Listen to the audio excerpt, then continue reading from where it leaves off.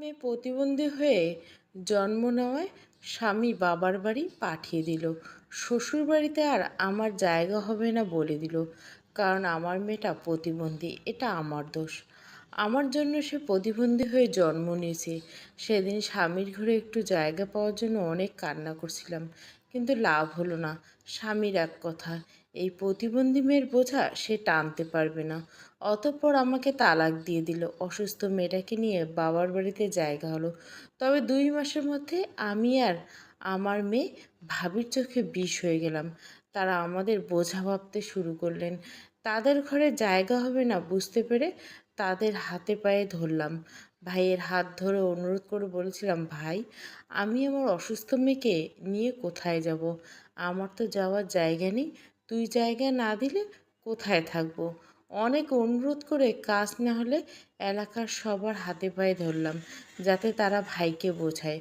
অবশেষে সবার কথায় ভাই আমার জন্য একটু জায়গা ছাড়তে রাজি হলো। এলাকার সবাই সাহায্য সহযোগিতা করে সেই জায়গায় ছোট্ট একটা বাঁশের ঘর তুলে দিল। মা মেয়ের জায়গা হলো সেই ঘরে। লোকের বাড়ি টুকটাক কাজ করে চাল ডাল পেতাম, সেটা দিয়ে 2 মা মেয়ের জীবন চলে যেত। আমার মেয়ের সমস্যা হলো, সে হাত পা হালকা নাড়াতে পারলেও তা দিয়ে কোনো কাজ করতে পারতো না। উঠে দাঁড়াতে পারতো না, হাত দিয়ে কিছু ধরতে পারতো না, কথাও বলতে পারতো না। এত বছরে জীবনে শুধু একটাই শব্দ বলতে পারছিল, আম্মু। এই শব্দটা আজও আমার কানে বাজে। সারা দুনিয়ার মেয়েটাকে বোঝা ভাবলেও আমি ভাবতে পারিনি আমি যে মা। তাই তো দ্বিতীয় বিয়ে না করে সন্তানের মুখের দিকে তাকিয়ে এর ওর কাজ করে দুজনে চলতে শুরু করলাম। ধীরে ধীরে সময় কেটে যায়। টাকার অভাবে জীবনে মেয়েটাকে ডাক্তার দেখাতে পারিনি। তাকে বিছানায় ফেলে রেখে এখানে ওখানে কাজে চলে যেতাম। সে বিছানায় পড়ে থাকতো, সেখানে সারাদিন প্রস্রাব পায়খানা করতো। সে সবের মাঝেই পড়ে থাকতো। আমি বাসায় ফিরলে সব পরিষ্কার করে দিতাম। তার আগে তাকে ওভাবেই থাকতে হতো। তাকে পরিষ্কার করা তো দূর, এতটা সময় ধরে ঘরে থাকায় যে তার ক্ষুধা লাগতো, সেই ক্ষুধার যন্ত্রণা দেখার কেউ ছিল না। ভাইয়ের ঘরের পাশেই যেহেতু ঘর, তাই ভাবির কাছে মাঝে সাঝে বলতাম তাকে দুমুঠো ভাত দিতে, কিন্তু তারা দিত না। আসলে সব মাখিয়ে ফেলায় সে দুর্গন্ধ বের হতো, তাই ঘৃণায় তারা কাছে যেত না। তবে আমি ফিরলে বলতো খাবার দিছে। আমি সব বুঝেও না বোঝার মতো থাকতাম। আমার মেয়েটা নিজের দুঃখ বোঝাতে না পারলেও তার মুখের দিকে তাকিয়ে আমি তার ক্ষুধার যন্ত্রণা ঠিকই অনুভব করতে পারতাম। এভাবে 10 বছর কেটে যায়। যে মেয়ের জন্য এত লড়াই, এত পরিশ্রম, এত কষ্ট করা, সেই মেয়ে আমাকে ছেড়ে চলে গেল। সবাইকে মুক্তি দিয়ে চলে গেলেও মেয়েটার এই অবস্থার জন্য আমার ঘরের পাশ দিয়েও কেউ যেতে চাইতো না, তাদের ঘৃণা হতো। অথচ আজ আমার সেই ঘরে এত মানুষের আনাগোনা। বেঁচে থাকতে আমার যেই মেয়েকে কেউ চোখের দেখা দেখতে আসেনি, আজ মরে যাওয়ার শেষ বিদায় দিতে আসলো। এসব দুঃখের কথা বলে আহাজারি করে কান্নায় ভেঙে পড়ছেন সুফিয়া বেগম। মেয়ের মৃত্যু শোক মেনে নিতে না পেরে হাউমাউ করে কান্না করছেন, সেই সঙ্গে অতীতের সব কষ্টের কথা বলেছেন। তার কথা শুনে ইতিমধ্যে অনেকের চোখ ভিজে এসেছে। কেউ কেউ আবার বলছে বাঁচা গেল। মেয়েটার এই অবস্থায় নিজেও কষ্ট পাচ্ছিল, মায়েরও কষ্ট হচ্ছিল। মারা যায় অন্তত দুজনার কষ্টটা দূর হলো। আল্লাহ যা করেন ভালোর জন্য করেন। এটা শুনে অনেকে সম্মতি জানায়, তবে মায়ের মন কি আর তা শুনে? মা তো মা হয়। সন্তান যেমনই হোক, তার কাছে তার সন্তান ছিল। একজন সুস্থ সন্তানকে হারালে মায়ের যেমন বুক পোড়ে, তেমনি অসুস্থ সন্তানের জন্য বুক পোড়ে। এসব বুঝে সবাই তাদের থামিয়ে দেয়। যা হওয়ার হয়েছে, এখন এসব নিয়ে কথা বলে মায়ের মনে আর কষ্ট না দিক। তাদের এসব কথোপকথনে মন দিয়ে শুনল মেঘা। তবে তার চোখে অন্য কিছু ভাসছে। মৃত শিউলির মুখের প্রতিচ্ছবি তার চোখে ভাসছে। তার মুখের উপর কেমন একটা দাগ ছিল, মনে হচ্ছিল বেশ খানিকক্ষণ সময় মুখ চেপে ধরা হয়েছে। সেই দাগটার জন্য মেঘার মনে সন্দেহ জন্ম নেয়। তার মনে হয় শিউলির এই মৃত্যু স্বাভাবিক নয়। তবে সবাই এটাকে স্বাভাবিকভাবেই নেয়। মেয়েটা অসুস্থ ছিল, মারা গিয়েছে, এখানে কোনো প্রশ্নই আসতে পারে না। তবে মেঘা এটাকে স্বাভাবিকভাবে মেনে নিতে পারছে না। তার ভাবনার মাঝে শিউলির মৃতদেহ গোসল করার জন্য নেওয়ার কথা। এই সময় একজন বলে ওঠে, গোসল করাবে কে? আমি। আগ বাড়িয়ে কথাটি বলে শিউলির মামি অর্থাৎ সুফিয়া বেগমের ভাবি। মেঘা অবাক চোখে তার দিকে তাকায়। একটু আগে সুফিয়া আহাজারি করে বলছিল দুর্গন্ধ সহ্য হতো না বলে তার ভাবি অর্থাৎ শিউলির মামি তার দিয়ে যাওয়া খাবারটা অবধি শিউলিকে দিত না। সেই খাবার হাঁস মুরগিকে দিয়ে বলতো শিউলিকে দিয়েছে। সেই মানুষটা নিজ থেকে মেয়েটার গোসলের দায়িত্ব নেয়। যদি সঙ্গে আর একজন থাকবে, তবে এই বিষয়টা মেঘের কাছে স্বাভাবিক লাগলো না। তার সন্দেহ হয়, তার মনে হয় এখানে কিছুটা রয়েছে যেটা কেউ দেখতে পাচ্ছে না। শিউলিকে গোসল করানোর জন্য নিয়ে যাওয়া হয়। সুফিয়া তার পিছনে যেতে নিলে অন্যরা ধরে। সুফিয়া বলে, আমার সোনার থেকে আমাকে দূরে করো না, আমাকে একটু তার কাছে যেতে দাও, আমি যত্ন নিয়ে তারা একটু গোসল করিয়ে দেই। তোমার অবস্থা ভালো না আপা, তুমি পারবে না ওর গোসল সঠিকভাবে করাতে, তুমি এখানেই থাকো। যতই হোক তুমি মা, নিথর দেহ দেখে সহ্য করতে পারবে না। এটা বলে শিউলির মামি সবাইকে অনুরোধ করে তাকে সামলানোর জন্য। সবাইকে সেটাই করে, তার কথাই সঠিক। সুফিয়া ঠিক নেই, তার গোসলের স্থানে না যাওয়াই ভালো। কিন্তু সুফিয়া কারো কথা শুনতে চায় না। সে বলে, তোমরা আমারে যেতে দাও, ওদের ঘৃণা হবে আমার মেয়েকে দেখে। ওরা আমার মতো যত্ন নিয়ে আমার মেয়েকে গোসল করাতে পারবে না গো, ওদের নাকে গন্ধ লাগবে। কথাগুলো বলে সে গলা ফাটিয়ে চিৎকার দিয়ে ওঠে। আশেপাশের সবাই তাকে সামলানোর চেষ্টা করে। মেঘার কিছু প্রশ্ন ছিল, তবে সেটা এখন সুফিয়াকে করা সম্ভব নয়, তাই সে দমে যায়। তবে সে তার যে অন্যরকম সন্দেহ হচ্ছে এটা তার স্বামীর সঙ্গে বলে। সে এটা গুরুত্ব না দিয়ে বলে, ধুর, এই মেয়েটার মুখে আবার কে চেপে ধরবে? যেখানে সে একাই সারাদিন বিছানায় পড়ে থাকতো, হয়তো মারা গেছে বলে আনাচে কানাচে ফুটে উঠছে, এমন হয়তো অনেক সময় হয়তো। মেঘা তার স্বামীর কথা শুনে কিছুটা ভাবনায় পড়ে যায়। এটা দেখে তার স্বামী শান্ত গলায় বলে, এখানে অস্বাভাবিক কিছু নেই, তুমি বেশি ভেবো না। আসলে মেয়েটা অসুস্থ ছিল, এটা দেখে তোমার খুব মায়া কাজ করছে, তাই তার মৃত্যুটা মেনে নিতে পারছো না, তাই হবে হয়তো। মেঘা এটা বলে মাথা নাড়ায়। তার মনে হয় সে হয়তো একটু বেশি ভাবছে। মামির বিষয়ে এটা বেঁচে থাকতে মূল্য দিতে পারেনি, তাই তো মরে যাওয়ার সময় মায়া দেখাচ্ছে, এমনই হবে। সে একটু বেশি ভাবছে, তবে আসলেও কি বেশি ভাবছে? মেঘা সেই সময়ের মতো তার সন্দেহ বাদ দিলেও বেশিক্ষণ পারল না। শিউলির মৃতদেহ গোসলের শেষে বের হতে তার মামি তার সঙ্গে যে ছিল, দুজনে ফিসফিসে বেশ করে কথা বলতে শোনা যায়। শিউলির মামি অন্য মহিলাকে বারবার আড়ালে নিয়ে কিছু বলছিল। এটা দেখে মেঘার মনে আরও সন্দেহ জাগে। ইতিমধ্যে সে জেনেছে শিউলির মৃতদেহ প্রথম তার মামি দেখেছে। সেখানে একটা সন্দেহ তৈরি হয়েছে তার। সুফিয়া বেগমের কথা অনুযায়ী মনের ভুলে কখনো তার মামি তার কাছে আসতে দেখা যায় না। সেখানে আসলো, বিষয়টা স্বাভাবিক নিতে চাইলেও মেঘা নিতে পারছে না। তার কাছে বিষয়টা অস্বাভাবিক লাগছে। সেই সঙ্গে এখন এই মহিলার সঙ্গে এত গোপন কথা বলা দেখে আরও সন্দেহ হচ্ছে। নিজের সন্দেহ দমন করাতে না পেরে মেঘা সেই মহিলার কাছে যায় যে গোসলের সময় শিউলির মামির সঙ্গে ছিল। মেঘা তার কাছে গিয়ে বলে, শিউলির মৃত্যু আপনার কাছে স্বাভাবিক মনে হয়েছে। মহিলা কথাটা শুনে ভয় পেয়ে যায়। সে ভয় মিশ্রিত চোখে মেঘার দিকে তাকায়।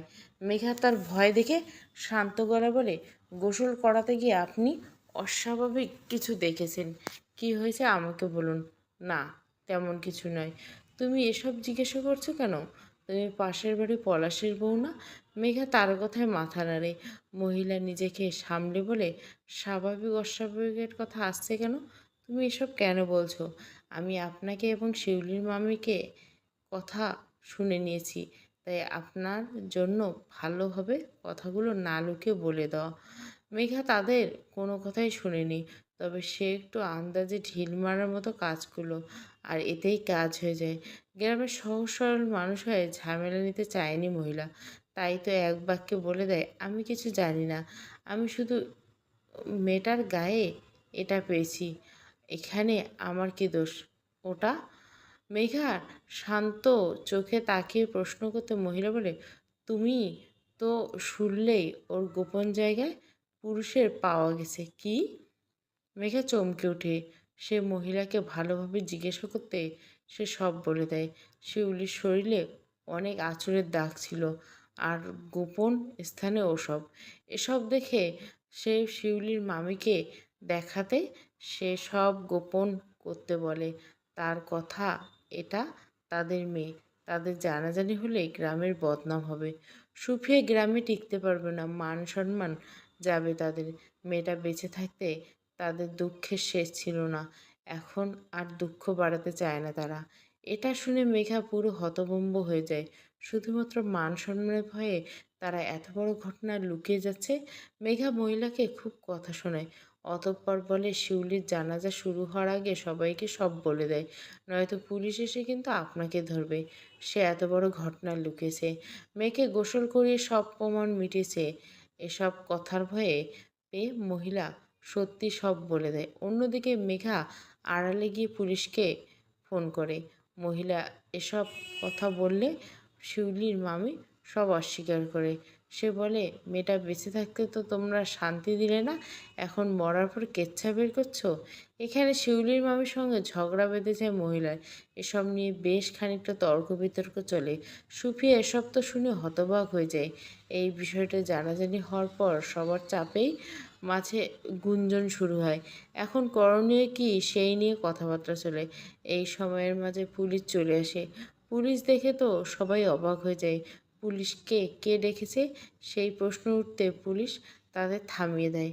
মেঘা তাদের পরিচয় দেয়নি, সেই সঙ্গে তার প্রসঙ্গ না তুলে বিশেষভাবে অনুরোধ জানিয়েছে, সে এই এলাকার বউ, সে এসব করেছে, তার সংসারে অনেক সমস্যা হবে। তাই পুলিশ সেসব বিষয়ে এড়িয়ে গিয়ে শিউলির মৃতদেহ ময়নাতদন্তের জন্য নিয়ে যাওয়ার কথা বলে। এসবে অবশ্য অনেকে দ্বিমত পোষণ করে। সুফিয়াকে এসব আটকাতে বলে।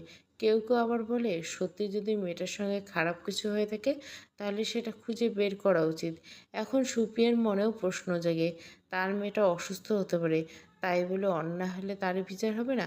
এখানে অবশ্যই তার ভাই ভাবি অর্থাৎ শিউলির মা মামি তাকে বারণ করেছিল পুলিশি ঝামেলায় না জড়াতে। তবে সুফিয়া সেই কথা শুনেনি। সে পুলিশকে মৃতদেহ নিয়ে যেতে বলে। এটা শুনে শিউলির মামা মামি রেগে যায়। মামার চেয়ে মামি বেশি রেগে যায়। মেঘা সবটা দেখে। তবে সে খুশি হয়ে সুফিয়াকে অনুমতি দেওয়ায়। সেই সঙ্গে তার মনে মামির আচরণে অনেক প্রশ্ন তৈরি হয়। মামি প্রথম থেকে এই বিষয়টা ধামাচাপা দিতে চেয়েছিল। দুজন পুলিশ ঘটনাস্থলে থাকে, বাকিরা মৃতদেহ গাড়ি করে নিয়ে যায় ময়নাতদন্ত করার জন্য। আর যে দুজন থাকে সে সবাইকে জিজ্ঞাসাবাদ করে।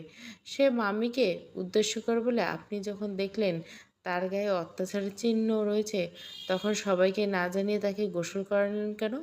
মামি এসব কথায় একটাই জবাব দেয়, মান সম্মান। তবে হ্যাঁ, এখন মামি আর অস্বীকার করতে পারছিল না ওই মহিলার কথা মিথ্যে ছিল। যেহেতু পুলিশ এসে গেছে, এখন অস্বীকার করলে ঝামেলা করবে, তাই সে স্বীকার করে নেয়। তার কথা, মেয়েটা অসুস্থ ছিল, মারা গেছে। এখন মৃত্যুর আগে তার সঙ্গে জঘন্য কিছু হয়েছে, এটা জানা হলে গ্রামে তার নামে সিসি পড়তো। পুলিশ এসব কথা অবিশ্বাস উম, অবশ্য বিশ্বাস করে না, তবে তেমন কিছু বলে না। তারা সুপিয়ার কাছে ঘটনা জানতে চায়, অর্থাৎ সে কখন জানলো মেয়ে মারা গেছে, কে প্রথম দেখেছে লাশ। সুপ্রিয়া সব কিছুর জবাব দেয়। সে বলে, স্যার, আমার মেয়েটা অসুস্থ ছিল, এটা তার অপরাধ নেই। তবুও যদি কেউ তার অসুস্থতার সুযোগ নিয়ে তাকে অপরাধী করে মেরে ফেলে, তাহলে আপনারা তারে কঠিন শাস্তি দিন, খুব কঠিন শাস্তি দিন অবশ্যই। পুলিশ যখন ময়নাতদন্ত করেছিল সেই সময় মেঘা ব্যস্ত হয়ে পড়ে আসল রহস্য সন্ধানে। সে তার মস্তিষ্কে থাকা সব প্রশ্নগুলো একত্রিত করে। অতঃপর সে একটি জবাব পেয়ে যায়। সে খুব কৌশলে পুলিশ অফিসারের পাশে গিয়ে তাকে আস্তে করে বলে, স্যার, আমি ফোন দিয়েছিলাম, আমি আসলে আসল সত্য জানতে পেরেছি, আমি জানাতে চাই। অন্যরা সে দেখে মেঘা একটু দূরে সরে যায়। পুলিশ অফিসার তার বিষয়টা বুঝতে পেরে সে সবাইকে আলাদা আলাদা একটা ঘরে জিজ্ঞাসাবাদ করার সিদ্ধান্ত নেয়। সেই অনুযায়ী প্রথমে শিউলির পরিবারের যারা ছিল তার মা, মামা, মামি এমন কাছের মানুষ আগে জিজ্ঞাসা করে, অতঃপর পাড়া প্রতিবেশী। এক ফাঁকে সে মেঘাকে ডাকে।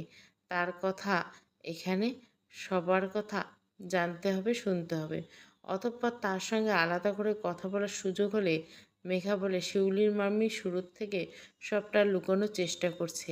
সেই সঙ্গে সে প্রথম শিউলির মৃতদেহ লিখেছে। সেখান থেকে আমার মনে একটা প্রশ্ন জাগে, সে এসব কেন করেছে? কেন করেছে? পুলিশ অফিসারের প্রশ্নটি করতে মেঘা তার জবাব দেয়। মেঘার সমস্ত কথা শুনে পুলিশ অফিসার বলে, আমি তদন্ত করছি, ময়না তদন্তের রিপোর্ট হাতে আসুক, সবটা দেখছি। মেঘা মাথা নাড়ায়। সে বের হতে পুলিশ অফিসার আরও কিছু মানুষকে ডেকে জিজ্ঞাসা করে বাদ করে। দুদিন কেটে যায়। শিউলিকে শ্বাসরোধ করে মারা হয়েছে, সেই সঙ্গে মৃত্যুর আগে তার সঙ্গে জোর জবরদস্তি করা হয়েছে, এমনটা পাওয়া যায় ময়নাতদন্তের রিপোর্ট। সব কিছু মিলিয়ে পুলিশের প্রথম সন্দেহ আসে মামির দিকে। তবে মামি তো মহিলা, সে তো তার সঙ্গে খারাপ কিছু করতে পারে না। এখানে সন্দেহের তীর গিয়ে পড়ে তার 16 বছরের ছেলে হৃদয়ের দিকে, যাকে ইতিমধ্যে তার বাবা মা তার নানা বাড়ি পাঠিয়ে দিয়েছিল। পুলিশ যেখান থেকে তাকে ধরে এনে মা ছেলেকে নিয়ে জিজ্ঞাসাবাদ করতে সব সত্যি সামনে চলে এসে হৃদয় ছোট বয়সে বিগড়ে গেছে। এই বয়সে হাতে একটা মোবাইল ফোন ধরিয়ে দিয়েছে বাবা মা। সেই মোবাইলে সে খারাপ ভিডিও দেখায় আসক্ত হয়ে গেছিল। সে আসক্ত তাকে দিয়ে এত বড় জঘন্য অপরাধ করেছে। ঘটনার দিন দুপুরবেলা ঘরে বসে হৃদয় খারাপ ভিডিও দেখছিল। তার মাথায় তখন নোংরা বাসনা জাগ্রত হয়। সেই বাসনা পূরণ করার জন্য কাউকে পাচ্ছিল না। এমন তার সঙ্গে সব সময় হয়। গত 7 দিন ধরে সে শিউলিকে নজরে লাগছিল। মোবাইলে খারাপ ভিডিও দেখে তার মাথায় শুধু মেয়ে মানুষে ঘুরে। তার সেই নোংরা কামনার বলি হয় শিউলি। সে 7 দিন শিউলির উপর নজর রেখে অবশেষে ঘটনার দিন আশেপাশে কাউকে না পেয়ে দরজা খুলে তার ঘরে ঢুকে। হৃদয়ের মস্তিষ্ক অনেক আগেই বিকৃত হয়ে গিয়েছিল। তাই তো শিউলির বয়স, তার অসুস্থতা কিছুই বাধা হয়ে দাঁড়ালো না তার সামনে। নিজের নোংরা বাসনা ওই অবুঝ নিষ্পাপ অসুস্থ মেয়েটার উপর মেটায় হৃদয়। যেখানে বাধা দেওয়া, মুখ দিয়ে শব্দ করার কেউ শুনতে পেলে ঝামেলা হবে বুঝে তার মুখটা শক্ত করে চেপে ধরে। এতটাই শক্ত করে যে মেয়েটা ধীরে ধীরে মৃত্যুর কোলে ঢলে পড়ে। কয়েক মুহূর্তের ব্যবধানে মেয়েটার ছটপটানি বন্ধ হয়। সেই সময় হৃদয় বুঝেনি মেয়েটা আর নেই, বরং সে খুশি হয়ে মেয়েটাকে চুপ করাতে পেরে। অতঃপর তার নোংরা বাসনা পূর্ণ করে। নিজের বাসনা পূর্ণ করার পর সে যখন শিউলিকে ডাকে তখন শিউলি সাড়া দেয় না। শিউলি জ্ঞান হারিয়েছে ভেবে তার মুখে পানির ছিটে দেয়, তাও তার চোখ খুলে না। ইতিমধ্যে সে লক্ষ্য করে বিছানায় রক্তে লাল হয়ে গেছে। এবার হৃদয় ভয় পেয়ে যায়। সে ভয় পেয়ে তার মাকে নিয়ে গিয়ে ডেকে আনে। তার মা এসব দেখে পুরো হতভম্ব। প্রথমে ছেলেকে দুটো থাপ্পড় বসিয়ে দেয়। এর বেশি কিছু পারে না। নিজের ছেলে তো, ছেলেটাও ভুল করেছে বলে বারবার ক্ষমা চায়, তাকে বাঁচানোর আকুতি জানায়। তাই মাতৃহৃদয় হেরে যায়। সে তাকে বাঁচানোর জন্য নিজেই শিউলির সমস্ত রক্ত পরিষ্কার করে। যেই নোংরা মেয়ের পাশ সে ঘেঁষত না সে, সেই মেয়েকে সে পরিষ্কার করে মাটিতে চাদর পেতে শুইয়ে দেয়। এটাকে স্বাভাবিক মৃত্যু হিসেবে চালিয়ে দিতে হবে। একথা সব কথা শুনে পুলিশ এসে জানায়, উত্তম মাধ্যম দেওয়ার পর মা ছেলে সব স্বীকার করে নেয়। সব শুনে বেশি ভেঙে পড়ে সুপ্রিয়া। সে শান্ত চোখে তার ভাইয়ের দিকে তাকায়। তার ভাই এসব জানতো না। তার ছেলেকে যখন নানা বাড়ি পাঠানো হয় তখনও সে এসব কিছুই জানে না। সে নিজেই এসব শুনে বাকরুদ্ধ হয়ে গেছে।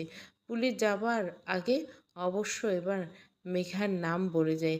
সে বলে, আমরা এই কেসটা সমাধান করতে পারতাম, উম, তবে এত দ্রুত না। এত দ্রুত হয়েছে একমাত্র মেঘার জন্য। তারই এসব সন্দেহ হয়েছে। সেদিন ঘটনাস্থলে একবারের জন্য হৃদয়কে না দেখে তার মাকে এভাবে কেসটা ধামাচাপা দিতে দেখে সেই হৃদয়ের উপর সন্দেহ করছিল। তার সন্দেহটা মেনে আমরা সরাসরি তাকে ধরি, এতেই সব শক্তি প্রকাশ পায়। এখানে পুলিশ মেঘার অনেক প্রশংসা করে।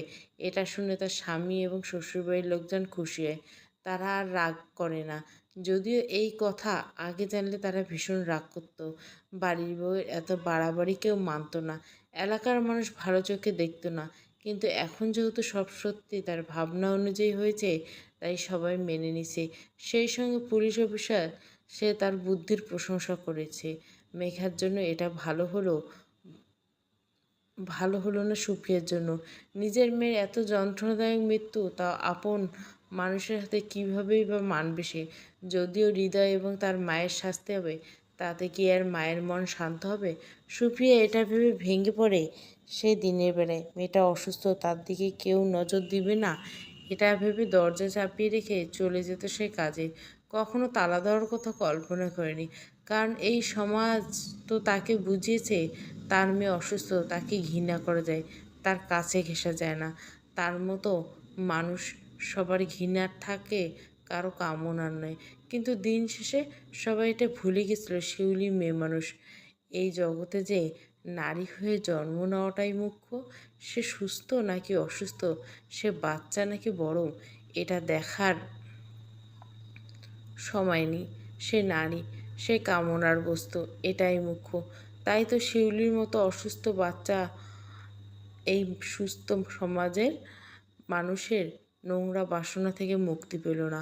সুফি এখন শুধু আফসোস করে বলে, আমার মেয়েটা অনেক যন্ত্রণা পেয়ে মরেছে। ওর একটা যন্ত্রণার প্রাপ্য ছিল না। ও অসুস্থ ছিল বলে কি ওর এতটা যন্ত্রণার প্রাপ্য ছিল? একদমই না। এসব বলে আর কান্না করে। সবাই অবশ্য এখন তার প্রতি মায়া দেখায়, অথচ তার মেয়েটা বেঁচে থাকার সময় কে এক ফোঁটা মায়া দেখায়নি। সে বাড়ি থাকে না, এটা ভেবে দিনের বেলা কেউ একটু মেয়ের খোঁজ নিত না, ন্যূনতম মায়া দেখাতো, তাহলে হয়তো এমনটা হতো না। তাই এখন সুপ্রিয় মানুষের এই মায়া দেখলে বিরক্ত লাগে, খুব বিরক্ত লাগে। মায়ের মন যে সন্তানের সুখে সুখী, সন্তানের দুঃখে দুঃখী, আর এই দুঃখ নিয়ে তাকে আরও কয়েকটা বছর পাড়ি দিতে হবে। দিন শেষে সময় এগিয়ে যাবে, সবাই শিউলির মৃত্যুর কথা ভুলে যাবে। সে বলতে সে কেউ ছিল, সেটাই কেউ মনে রাখবে না। শুধুমাত্র তার মাকে তার স্মৃতি বয়ে বেড়াতে হবে, সারা জীবন বয়ে বেড়াতে হবে। নারী জনম। ভালো লাগলে অবশ্যই লাইক, শেয়ার এবং সাবস্ক্রাইব করবেন। Thank you for watching.